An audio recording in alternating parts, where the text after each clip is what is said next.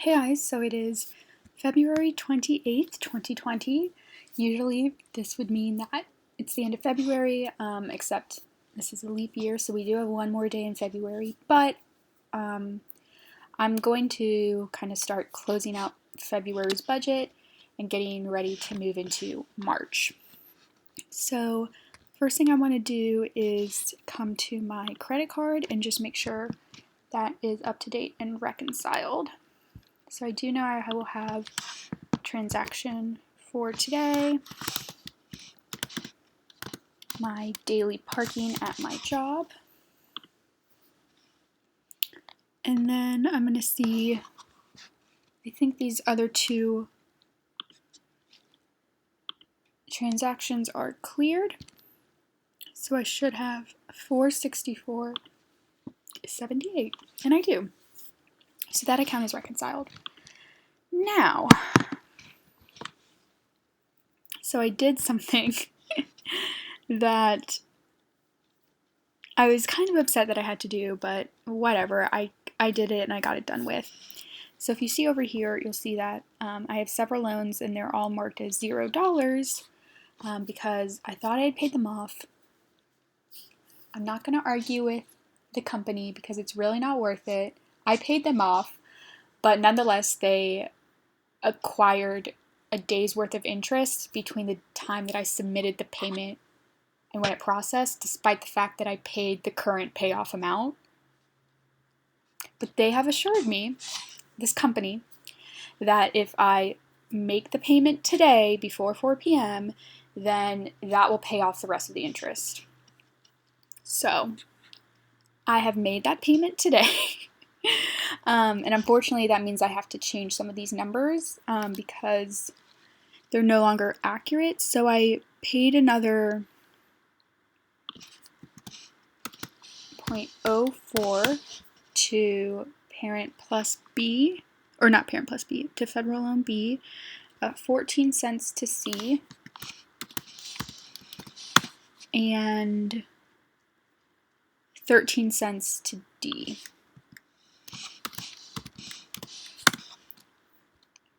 Which means I am 31 cents over budget, but I'm going to, cover this with, let me actually go back. February, not from here, take from the other group and move 31 cents to be budgeted. Okay, so that's cleared that. And then I'm going to go ahead and enter in these transactions. So I'm just going to say it's today, Fed loan B, Fed loan B, interest payoff. I'm going to do a little frowny face. And it's 0.04. Next I'm going to do Fed loan C, Fed loan C, interest, I don't know if I'm spelling interest correctly because I cannot spell at all, but interest payoff, 14 cents, and then finally, federal loan D, Fed loan D, interest payoff for 13 cents. So hopefully that officially pays them off. I'm still gonna consider these paid off when I made the final payment. So I think for federal loan C, or for federal loan D, that was in December. Federal loan B and C were earlier this month, so it doesn't really affect them, but. And then I have to come down here because you'll see now it's showing a positive balance. I'm going to reconcile my account. No, we're going to say it's $0. and just create the manual adjustment.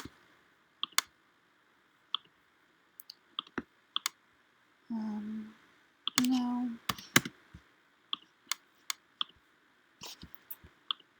And clear reconcile. Is my current balance positive $14? No, it's $0. There we go. Create adjustment and finish. Then what I have to do is come into my toolkit reports. Well, I could do it the regular reports, but I'm going to come here. Federal loan D. I've now paid $1,065.51. So I'm going to edit the name instead of the 38 cents. Federal loan B was $2,190.69.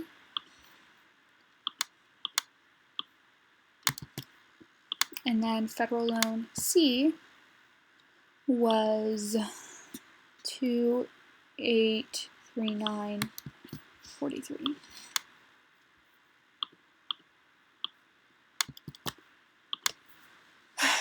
So hopefully we'll see come Monday, because I'm going to give them the weekend. Right now it's Friday. I'm going to give them the weekend to kind of process the payment. We'll see if that solves this issue. And the other thing I'm going to do is enter a transaction for March 1st. Well, yeah, we'll do March 2nd because it probably won't clear until then. And that is for federal loan A. I made the normal minimum payment on this today just while I was in there. But these won't clear until Monday, and then this one also won't show up until Monday at the earliest. And it's just taking from, you can see I already have that money budgeted for in March, so that will be fine. But that way the titles of my loan payoffs are accurate, and the reason why I do this is just to keep me motivated. It's just to kind of, for me to easily see this is how much I've paid on each student loan, and it's paid off. I just love being able to view that. And then once my final student loan, federal loan A, is paid off, then I will hide this category because I'll no longer need it. But in the meantime, for reports and all of that, I like to keep these subcategories unhidden, so I can look back on my reports. So like the toolkit reports, which I use Toolkit for YNAB, which is a Chrome extension, I use those to cover all of my history using YNAB, and then the YNAB reports that just come with the account, I use to focus on this year, on the year 2020, or if I need to do anything more specific with months, I'll use these reports. So that's just kind of how I do that. Going back to my budget, check my bank account, but nothing should be, it should still be $1,704.34, and it is. And then my savings is $3,604.25. So those are reconciled. And then I'll go to my budget and we'll see how else I did this month. So I did my normal $150 to my mom. Debt, in total, I paid $3,035.90 to my student loans. Subscriptions, I did my normal $1,515 for the month, and then did my normal kind of sinking funds for my yearly subscriptions. Cost of working, so I'm done with parking for the month. You see, I actually, when I compare this to what I spent last month, was $28.55, and it's a lot more this month because there was one day where I was dumb and I wanted to park closer to the office where I work, And long story short, it ended up being like $11.25 for that one day, when normally I spend $160 a day. So that's why it's kind of high. Tolls was the normal $40. Gas, so shocking. I actually only went to the gas station once so far this month, and I don't think I'll be going back again tomorrow. I don't think I'll be going tomorrow. I'll definitely need to get gas kind of early next week, so early in March, and then I'll probably need to go later in March, but I only had to get gas once this month, and it was $30.75. So that means that anything over $120, so now I'm in March, and I like to keep $120 in my gas category. So anything over $120, so this $169.25 means I can move $49.25 to car ownership. And that just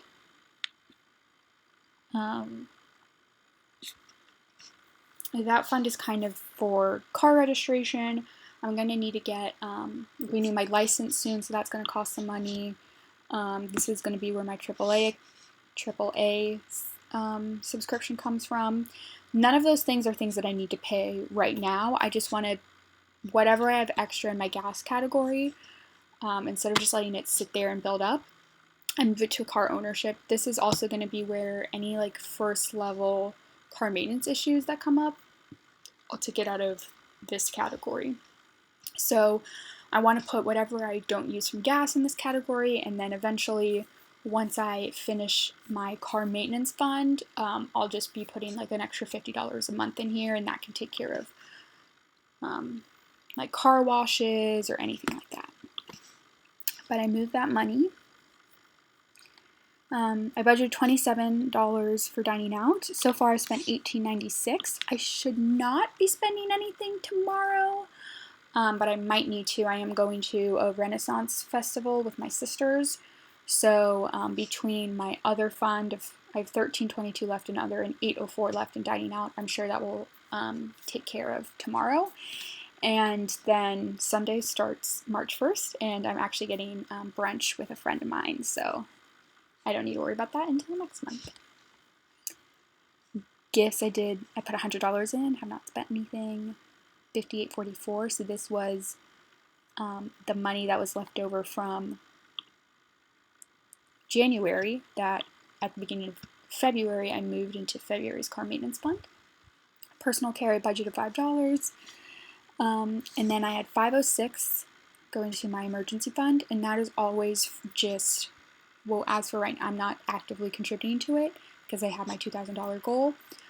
So that $506 is just from the interest on my checking and my savings account that I put into my emergency fund. I budgeted $300 into my car maintenance fund, bringing my car maintenance fund up to $900. So this is kind of like there's really no reason to separate car maintenance and car ownership. They're the same thing. But I do kind of want to separate them because I want car ownership to be, like I said, those things that really come with car ownership, right? You need to make sure it's being washed, registration, license, legalities with owning the car. And then car maintenance is kind of just a holding pot for those bigger ticket items if I need new tires or something happens with my brakes, anything like that.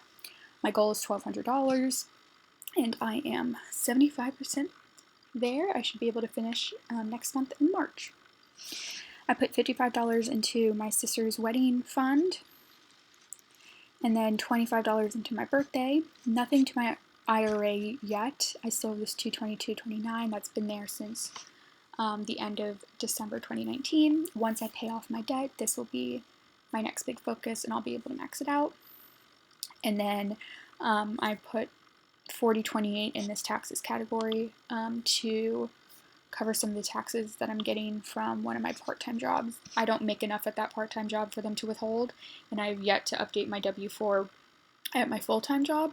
So in the meantime, I'm just kind of withholding the taxes in here, and I'll save them when I need to pay them. Yeah.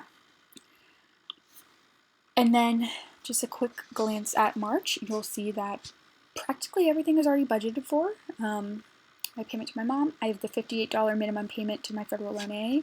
This orange, I want to pay off this loan by the beginning of June. So I put a little spending goal in there, and I want to put $52.60. That's what I'm guessing my payoff will be by June in here. And so it's saying I'm going to need to budget another $12.57. So I'll pretty much need to be putting $1,300 a month, March, April, and May, to pay this off. I'll probably be putting more because my usual average payment is like $1,700. But this way I just know like if I'm on track or not. Subscriptions are already budgeted for. My cost of working, so my $40 for my parking and then my $40 for the tolls, it's already budgeted for. The $30.75, so originally I put in $80 into this gas category for this month, but then when I moved the $49.25 to the car ownership, it just subtracted, so I was left with $30.75, but my categories is at the $120 goal. Dining out, I budget $20 a month, $20 for my other fund, $100 for gifts that I also put in March. That $49.25 from car ownership is the extra gas money, $5 into personal care, and then I've already budgeted the $55 for my sister's wedding that I needed to put in March, to bring my total up to $510, which is just over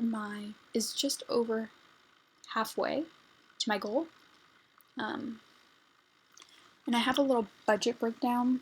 I don't know exactly how much everything's going to be, but pretty much for my sister, I want to have around $200 for the bachelorette party, $200 for the dress, and then like another $100 kind of as like an other buffer, and I'm planning to use $80 of that for makeup the day of, and then I'm hoping that I can save that other $500 and kind of give it to her as a wedding gift, either to help with the wedding or a honeymoon kind of fund. So we'll see.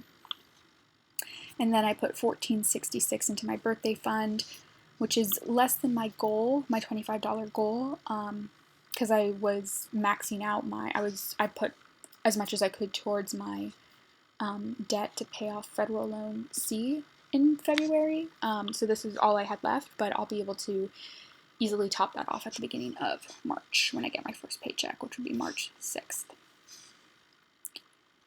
And then just so you guys know as well, I am budgeted with my kind of main responsibilities in April, the $150 to my mother. My subscriptions are budgeted for, my cost of working is budgeted for, and my monthly varied is budgeted for. And then my sinking funds will be filled, my April sinking funds will be filled with my March paychecks. And then I'll also be budgeting into May for my immediate obligations with my March paychecks. But there you go, that's everything. That's my February end of month budget report. I hope you guys enjoyed. Thank you.